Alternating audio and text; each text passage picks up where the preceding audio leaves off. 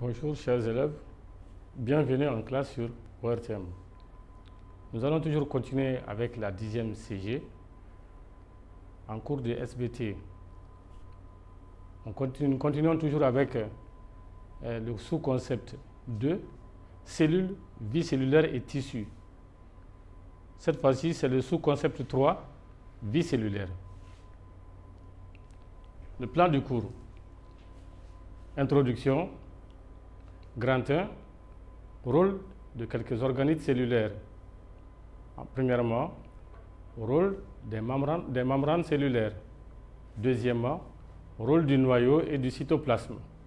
Troisièmement, rôle des organites cytoplasmiques. Grand 2, la mitose ou reproduction conforme des cellules. Premièrement, les étapes de la mitose. Deuxièmement, notion de reproduction conforme. Avantages, rôle, objectif. Introduction. Dans notre organisme, chaque partie joue un rôle. Exemple, les jambes servent à notre déplacement, les yeux nous permettent de voir, etc. Il en est de même pour une cellule. Chaque organite de la cellule joue un rôle dans la vie de la cellule, ce qui lui donne une autonomie de vie. Un organite est un compartiment différencié contenu dans les cellules eucaryotes. Il baigne dans le cytoplasme de la cellule. Chaque organite possède une membrane lipidique dans laquelle sont enchâssées des protéines. Il existe de nombreux types d'organites, en particulier dans les cellules eucaryotes. Une cellule eucaryote, c'est une cellule qui possède un noyau véritable avec une membrane nucléaire. Ces organites sont les réticulums endoplasmiques, l'appareil de Golgi, les vésicules, les vacuoles, les mitochondries, les plaques chez la cellule végétale, le centrosome chez la cellule animale. Grand 1, rôle de quelques organites cellulaires. Pour connaître le rôle d'un organite, on procède par une expérience de description de l'organite et à partir des résultats obtenus, on déduit son rôle. Premièrement, rôle des membranes cellulaires. Expérience. On place des cellules aux membranes plasmiques tuées par ébullition et des cellules aux membranes plasmiques vivantes dans une solution de glycérol. À des intervalles de temps donnés, on mesure la quantité de la substance qui pénètre dans chaque cellule. Résultats et interprétation. Résultats. Les résultats obtenus montrent qu'en présence de membranes vivantes, la pénétration du glycérol se fait lentement, tandis qu'en présence de membranes mortes, le glycérol pénètre rapidement dans la cellule. Interprétation. La pénétration lente du glycérol montre que si la membrane est présente, c'est-à-dire la membrane est vivante, elle règle le passage de la substance qui doit entrer dans la cellule. En conclusion, pour donner le rôle de la membrane protège la cellule, contrôle et règle les échanges entre la cellule et son milieu extérieur.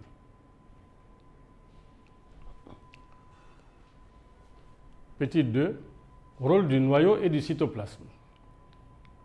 Donc on vous a déjà dit que pour connaître le rôle d'un organite, il faut détruire l'organite. On procède aux expériences. Isolement du noyau et expérience de mérotomie, c'est-à-dire partage inégal d'une cellule. C'est ce schéma que vous voyez ici. Expérience de mérotomie chez une amibe. Une amibe, c'est une cellule qui possède un noyau et c'est une cellule animale. Quand on isole le noyau du cytoplasme, le noyau ne vit pas. Dans l'expérience de mérotomie, un cytoplasme sans noyau ne vit pas, tandis qu'une cellule dont le cytoplasme contient un noyau se développe et se divise. Ici, vous avez l'expérience que nous avons portée précédemment. Le noyau de la cellule, la cellule est divisée en deux. La partie qui contient le noyau, la partie qui contient le noyau, c'est-à-dire ici, va se développer et donner une amide. Et l'autre partie qui ne contient pas le noyau va dégénérer. Conclusion, le noyau commande la vie cellulaire. Il est le siège du patrimoine héréditaire que la cellule doit transmettre. En son absence, la cellule ne vit pas. Le cytoplasme, lui, il est le siège des réactions métaboliques et le lieu des organites cellulaires. Troisièmement, rôle de quelques organites cellulaires. Les expériences de destruction et leurs résultats permettent de donner le rôle des organites. Expérience 1. On détruit les chloroplastes des feuilles d'une cellule végétale. Elle devient incapable de réaliser la photosynthèse. Conclusion, ça permet de dire le rôle de chloroplastes. Les chloroplastes assurent donc la synthèse ou le stockage des substances organiques. Expérience 2. La destruction des centrioles d'un spermatozoïde rend ce dernier inerte, incapable de tout mouvement. Chez d'autres cellules animales, la destruction du centriole empêche la division cellulaire. On a déjà vu la cellule, on a dit que la cellule animale possède un centriole. Et quand on détruit le centriole, voici les conséquences. Conclusion, les centrioles interviennent dans la mobilité des spermatozoïdes et jouent un rôle important dans la division cellulaire. Expérience 3. La destruction des mitochondries provoque la baisse de la production de l'ATP et le blocage de la respiration.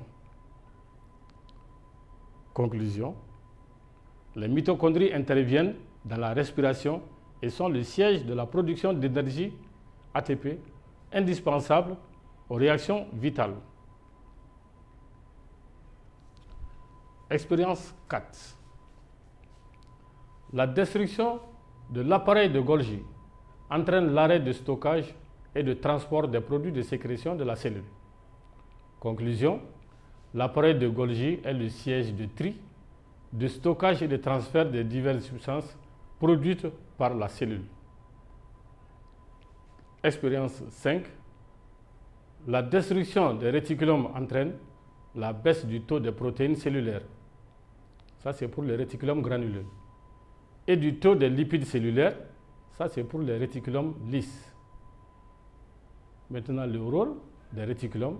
Les réticulomes granuleux assurent donc la synthèse des protéines de la cellule, tandis que les réticulomes lisses assurent la synthèse des lipides cellulaires. Rôle des vacuoles. Les vacuoles sont des réservoirs d'eau et de produits de sécrétion. Conclusion, du fonctionnement correct du noyau et de l'ensemble des organites résulte l'autonomie fonctionnelle de la cellule et qui fait d'elle l'unité fonctionnelle de tout être vivant. Donc quand tous ces organites-là fonctionnent correctement, alors on dira que la cellule est l'unité fonctionnelle de tous les organites. Et chaque organe est formé de cellules. En effet, toutes les cellules possèdent les mêmes constituants fondamentaux ayant la même fonctionnalité. Qu'elles soient animales ou végétales, le fonctionnement de la cellule se fait de la même manière. Ce qui a conduit Virchow en 1855 à compléter la théorie cellulaire initiale, dont on vient de parler tout de suite, par ce qui suit. La cellule est l'unité structurelle et fonctionnelle du monde vivant. La cellule est l'unité structurelle et fonctionnelle du monde vivant. Grand 2, la mitose ou reproduction conforme des cellules. La mitose est un phénomène continu par lequel les cellules eucaryotes se multiplient activement pour remplacer les cellules mortes et assurer la croissance des tissus animaux et végétaux. Donc, on sait que quand on est tout petit, on a une taille, mais à un certain âge, on a aussi une taille. et c'est grâce à la multiplication des cellules que nous augmentons de taille. Ce processus de multiplication cellulaire se manifeste par des transformations visibles, principalement au niveau du noyau de la cellule, après un long temps de préparation appelé interphase. Donc, ce qui se passe avant la division cellulaire, on appelle ça interphase. L'interphase est donc une période d'intense activité de synthèse, en particulier d'ADN, c'est-à-dire du matériel génétique, dont chaque molécule est répliquée. Ces molécules doubles filamenteuses sont localisées dans la chromatine du noyau.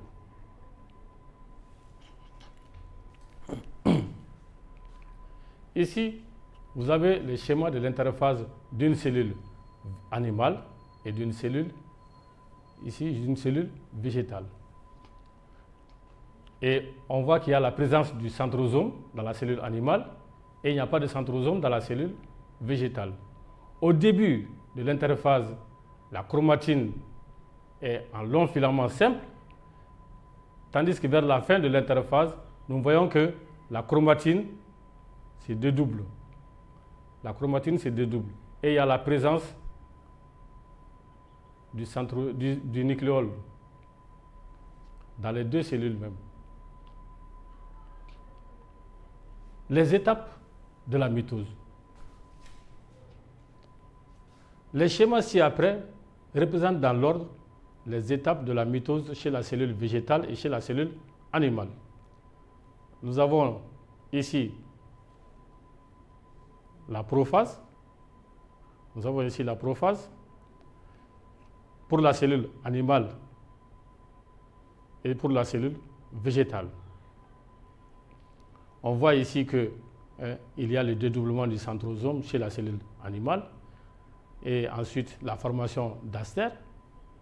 Chez la cellule végétale, nous voyons qu'il y a, à la place du centrosome, nous voyons qu'il y a la présence de calottes polaires. Nous voyons la présence de calottes polaires ici. Et ensuite, il y a aussi la formation des fuseaux achromatiques.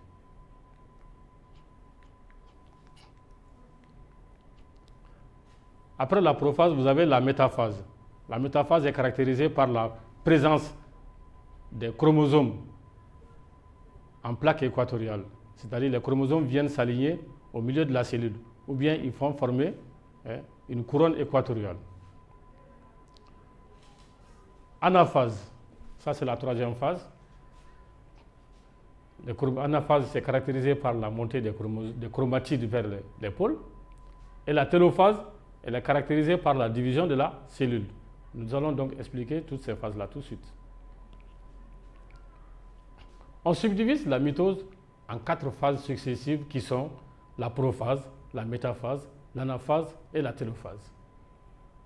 Ces phases sont caractérisées par les phénomènes se rapportant au comportement des chromosomes, à l'état de l'enveloppe nucléaire et à la formation du fuseau de division. Petit a, la prophase. Chez la cellule animale, les centrioles se divisent et forment 2 astères. Le noyau gonfle, l'enveloppe nucléaire disparaît. Les chromosomes dupliqués se condensent et deviennent visibles. Vous pouvez voir ça sur le schéma. Chez la cellule végétale, l'absence de centriole fait que le fuseau s'établit entre les calottes polaires. Petit b, la métaphase. Les chromosomes fortement condensés se regroupent dans le plan équatorial du fuseau achromatique. Chacun apparaît nettement formé de 2 chromatides unis au niveau du centromère qui se fixe sur le fuseau. C'est ce que nous avons vu ici. Donc, les chromosomes sont formés de 2 chromatides. Chaque chromosome est formé de 2 chromatides et se place au milieu de la cellule.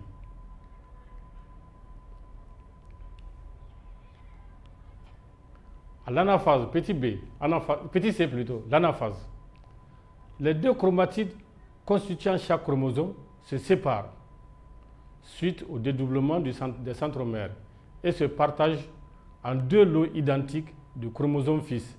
Je venais de dire tout à l'heure que l'anaphase est la montée des chromatides vers les pôles. Chaque lot migre vers un des deux pôles opposés de la cellule. Petit d, la télophase. Les lots de chromosomes fils arrivent au pôle et redeviennent filaments, puis chromatine par décondensation progressive. Une nouvelle membrane nucléaire se forme autour de chaque lot. Donc, à l'arrivée des chromatides des chromosomes fils au niveau de chaque pôle, alors une membrane nucléaire se reforme autour de chaque lot. Et on aura maintenant deux noyaux fils dans une même cellule. Chez la cellule animale, un étranglement médian partage le cytoplasme entre les deux noyaux. C'est le phénomène de cytogérèse. Et on obtient deux cellules filles identiques entre elles et identiques à la cellule mère. Tandis que chez la cellule végétale, il n'y a pas d'étranglement à cause de la membrane cellulosique. Chez la cellule végétale, le cytoplasme est partagé entre les deux cellules filles par un alignement médian des vésicules golgiennes formant la membrane de division ou phragmoplaste. Petit 2, notion de reproduction conforme. À la fin de la mitose, l'identité entre les deux cellules filles et la cellule mère permet de dire que la mitose est une reproduction conforme. Donc, à la fin de la mitose, les deux cellules filles étant identiques entre elles et identiques à la cellule mère, on dira alors que la mitose est une reproduction conforme, donc conforme à l'original, donc à la cellule mère. Avantage de la mitose permet la multiplication des cellules pour remplacer les cellules mortes et assurer la croissance des êtres. Elle concerne la plupart des cellules de l'organisme. Rôle et objectif de la mitose. La mitose assure le partage équitable de l'information génétique dupliquée au préalable pendant l'interphase entre deux cellules filles. Le processus assurant ce partage se déroule en continu. Je vous remercie. À la prochaine.